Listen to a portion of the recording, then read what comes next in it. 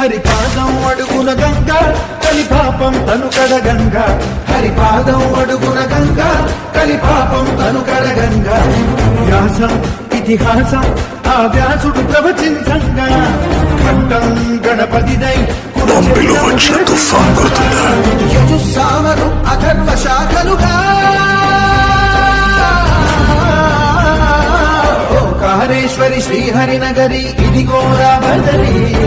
వైకుంఠేశ్వరి శివికి నగరి అదిగో మహిమగిరి ఈ కొండపై పాదండగా ఆ విష్ణు పాదమే వెలసి వేదాలనే విభజించిన శ్రీ వ్యాసపీఠమై విరిసిన